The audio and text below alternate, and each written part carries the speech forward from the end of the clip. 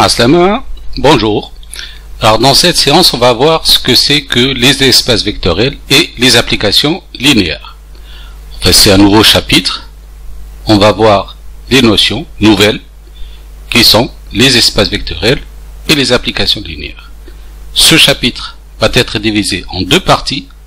Une première partie, on va étudier les espaces vectoriels et dans une deuxième partie, les applications linéaires. Alors cette séance va être consacrée uniquement à l'espace vectoriel et au sous-espace vectoriel. Alors sans plus tarder, on commence par la notion d'espace vectoriel. Alors je nomme un espace vectoriel. Qu'est-ce que c'est qu'un espace vectoriel? Pour pouvoir définir un espace vectoriel, il faut d'abord définir les notions de loi et groupe. C'est quoi les lois? On a deux lois, mais pour les définir, on va supposer qu'on a un ensemble E. On va l'appeler toujours l'ensemble sur lequel on va définir ces lois, l'ensemble E. C'est un ensemble quelconque. On suppose juste qu'il est non vide. Alors on a deux lois. Je vous lis ici. On dit que la loi plus est une loi de composition interne sur E si, quel que soit U appartient à E, quel que soit V appartient à E, U plus V appartient à E. Qu'est-ce que cela veut dire? Simplement que je peux sur cet ensemble définir une loi qui est simplement l'addition de deux éléments de cet ensemble. Comme pour l'ensemble R, par exemple, on fait x plus y s'ils sont des réels, 1 plus 2 c'est égal à 3. En fait, on peut définir une loi sur un ensemble E, et cette loi, elle est définie simplement comme si c'était l'addition. On fait U plus V. Alors, vous remarquerez que on fait en fait l'addition ici entre deux éléments de E. En fait, on compose entre deux éléments de E. Pour cela, on l'appelle une loi de composition interne sur E. En fait, c'est exactement comme si c'était une addition, mais encore une fois, c'est pas une addition entre deux réels quelconques, ou là entre deux nombres, mais entre deux éléments d'un ensemble quelconque. Kiff, enfin de la même manière, on peut définir une loi de composition externe. C'est-à-dire, en fait, on va la noter par point. Ça veut dire quoi? Ça veut dire que si je prends un réel, et, alors dans ce cas, je prends un réel, et un élément de E, je peux multiplier ce réel par un élément de E. En fait, je dis bien multiplier. Alors, on n'utilise pas le signe fois de la multiplication classique, parce qu'en fait, c'est pas une multiplication dans le sens de deux éléments de E, mais c'est une multiplication d'un élément de E, le roi U, qui est U ici, par un élément de R. Plus exactement, la multiplication d'un élément de R, que je note ici par alpha, par U. Donc, tout simplement, les lois sont une loi d'addition entre deux éléments quelconques d'un ensemble, et la multiplication d'un réel par un élément de E. L'idée ensuite est d'utiliser ces lois pour trouver les mêmes propriétés comme si c'était c'est comme si on manipulait des nombres. Donc au lieu de manipuler des nombres, on va manipuler au lieu d'utiliser des valeurs ici, on va utiliser uniquement des éléments d'un ensemble E quelconque, on s'en fout. Et on va voir que en fait la manipulation de ces éléments se fait comme si on manipule des nombres. 1 plus 2, je vais faire juste U plus V. Au lieu de faire 2 fois X, je fais alpha fois U, et on verra qu'il y a les mêmes propriétés que si c'était l'ensemble R ou l'ensemble que vous connaissez avant. D'accord? Alors, c'est quoi ces propriétés-là? Pas toutes les propriétés, heureusement, mais certaines d'entre elles. Alors, lorsque j'ai certaines de ces propriétés, on dit, notamment sur l'addition, on forme ce qu'on appelle un groupe. Alors, on passe à la notion de groupe. Donc je prends l'ensemble E, la loi plus, l'ensemble E avec la loi plus, on dit que l'ensemble E muni de l'addition est un groupe commutatif si j'ai ces 4 propriétés. Alors je nomme les 4 propriétés. Enfin, vous n'êtes pas obligé de les retenir par cœur, mais parce qu'ils sont assez simples en fait. Il suffit juste de les comprendre. La loi plus est commutative. Ça veut dire quoi? C'est-à-dire que si je prends 2 éléments de E, si je fais U plus V, c'est la même chose que si je fais V plus U.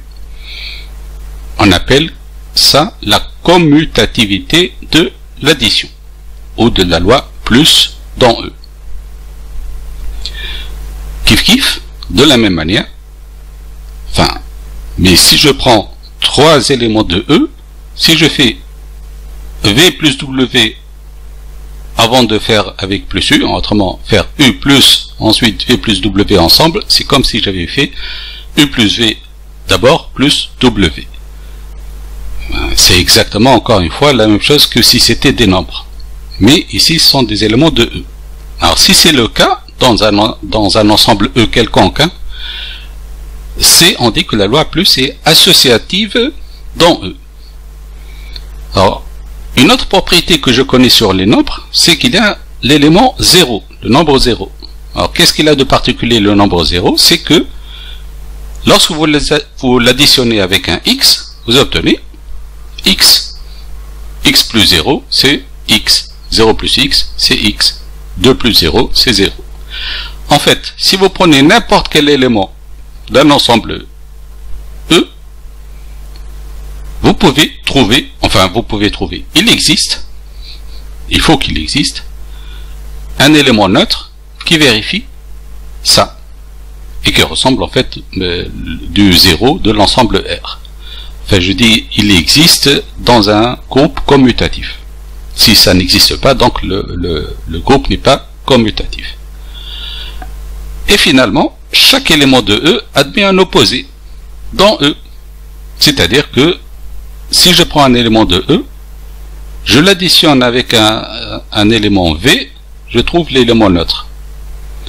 Dans l'ensemble R, l'élément V, c'est l'opposé. En fait, si vous faites 2 plus moins 2, vous obtenez 0. Si vous faites x plus moins x, vous obtenez 0.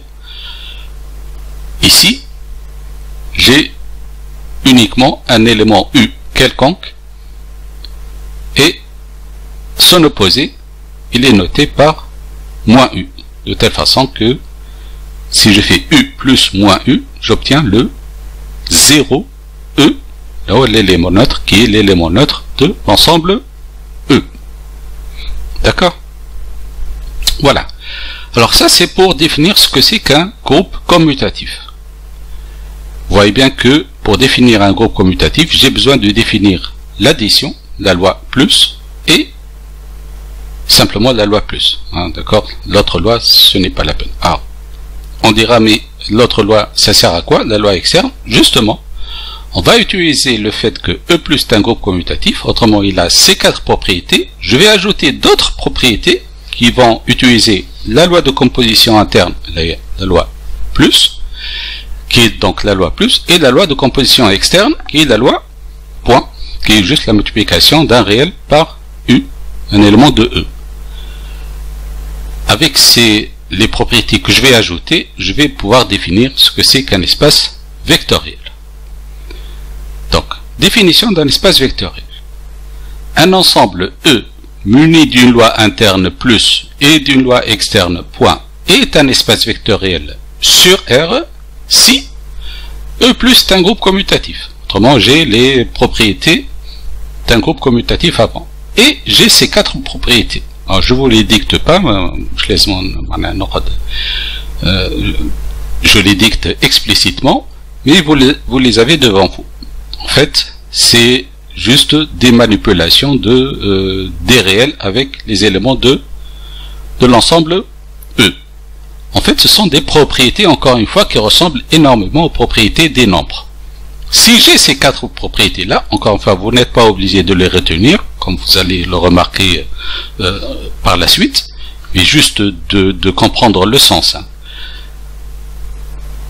Si j'ai ces quatre propriétés avec le fait que E plus est un groupe commutatif, on dit que E est un espace vectoriel. Et les éléments d'un espace vectoriel sont appelés des vecteurs. Maintenant, par exemple, si vous prenez des matrices de la même dimension, d'accord, on peut les additionner. Une matrice M, puisque vous connaissez les matrices. Une matrice M plus une matrice N, ça fait une matrice N plus M. On peut montrer que l'ensemble des matrices de la même dimension, c'est un groupe commutatif et qu'il vérifie ceci.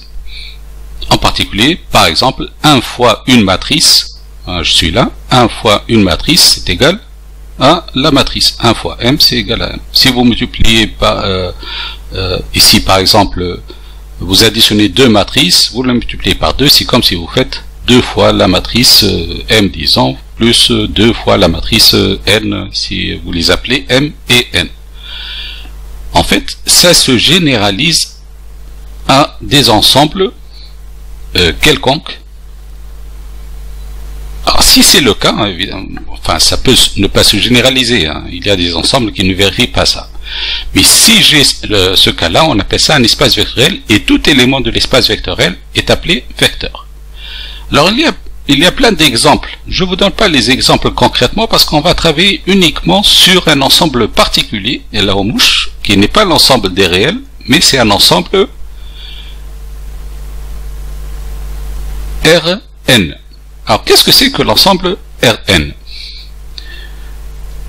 Alors, c'est en fait l'espace vectoriel de référence sur lequel on va travailler. D'accord? Alors, j'écris tout ici, mais juste pour expliquer la notion de n uplé. Enfin, si vous avez R2, il est formé des couples x1, x2. Enfin, je les ai notés ici x1, x2, ou puisqu'ils sont deux, on pourra aussi les noter par xy. X c'est un réel, y c'est un réel. Ça c'est un couple. Les éléments de R3 sont des triplés. x1, x2, x3, je peux noter aussi x, y, z. Les éléments de R4 sont les quadruplés. x1, x2, x3, x4. Je peux aussi les noter x, y, z, t. Et les éléments de Rn sont les n-uplés, x1, x2, etc., xn. Alors, sur chaque ensemble, les éléments sont de ce type. Nous, on va travailler sur des ensembles de ce type-là. Pardon. On va travailler sur des ensembles de ce type-là. Autrement, des ensembles qui sont soit l'ensemble R2, où j'ai des couples, soit l'ensemble R3, où j'ai des triplés, hein, soit l'ensemble R4, des quadruplés, ou les éléments de Rn.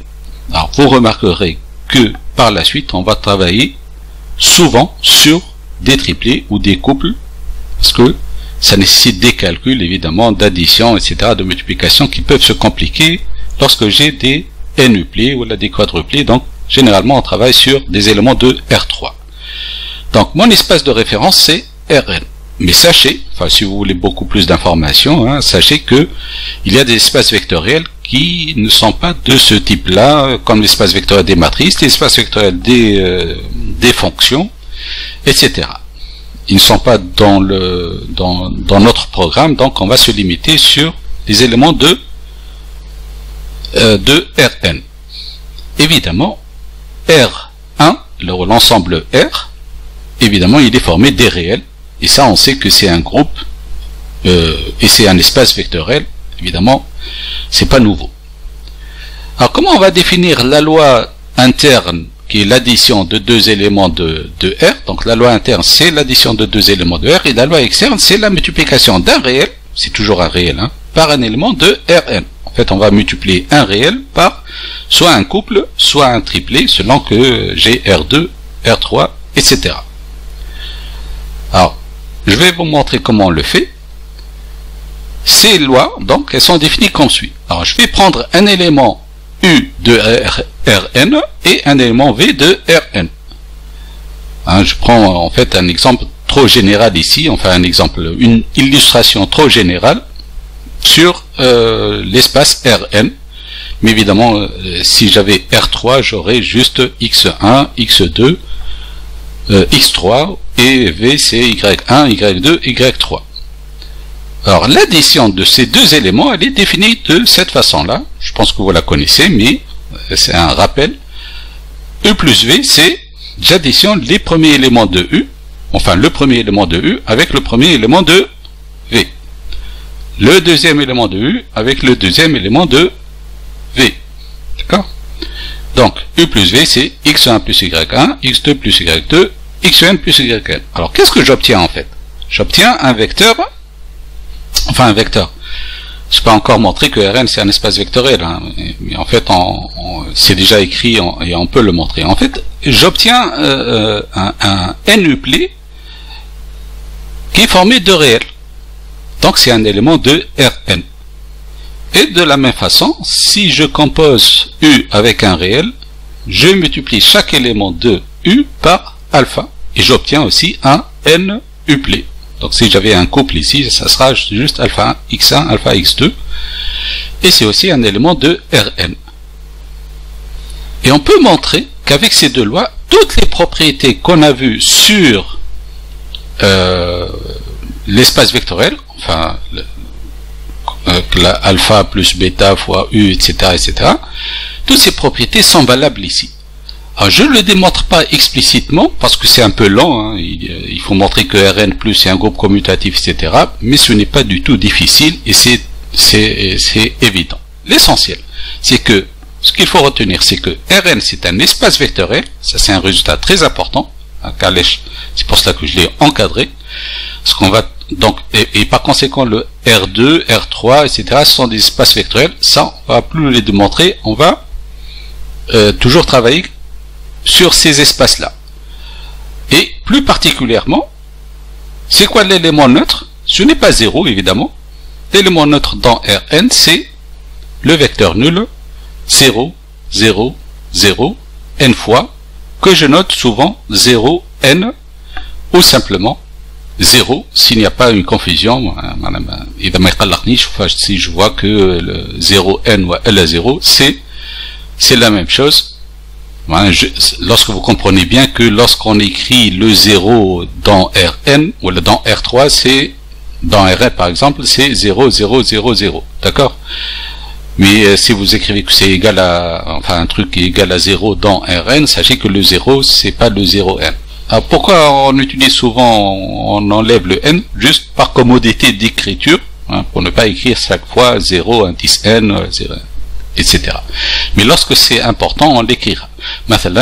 Par exemple, lorsque j'écris 0, indice 2, ça veut dire que c'est le couple 0, 0. 0, indice 3, c'est le couple 0, 0, 0. Voilà. J'espère qu'avec ça, maintenant, vous savez ce que c'est qu'un espace vectoriel. Et en particulier, il faut retenir que tout ensemble de couples, de réels, de triplés, de n-uplets, de réels, que je note Rn, c'est un espace vectoriel. Alors, en général, on n'a pas besoin de travailler sur tout cet ensemble, parce qu'il y a beaucoup d'éléments dans cet ensemble, mais sur une partie de cet ensemble. Malheureusement, une partie de cet ensemble n'est pas forcément un espace vectoriel. En fait, une partie de cet ensemble, on appelle un sous-espace. Mais ce n'est pas toujours un espace vectoriel. Alors, quand est-ce que c'est un espace vectoriel? Alors, si c'est un espace vectoriel, on va appeler ça un sous-espace vectoriel. Alors, la prochaine séance va être consacrée à la présentation des sous-espaces vectoriels. Alors, je dis des sous-espaces vectoriels. Allez, pourquoi? Parce que j'ai beaucoup de sous-ensembles. Certains sous-ensembles ne sont pas des espaces vectoriels, d'autres sont des sous-espaces vectoriels. Et c'est pour cela qu'on va donner la définition d'un sous-espace vectoriel. Voilà. Inch'Allah, تكونوا فهمتوا J'espère que vous avez compris ce que c'est qu'un espace vectoriel.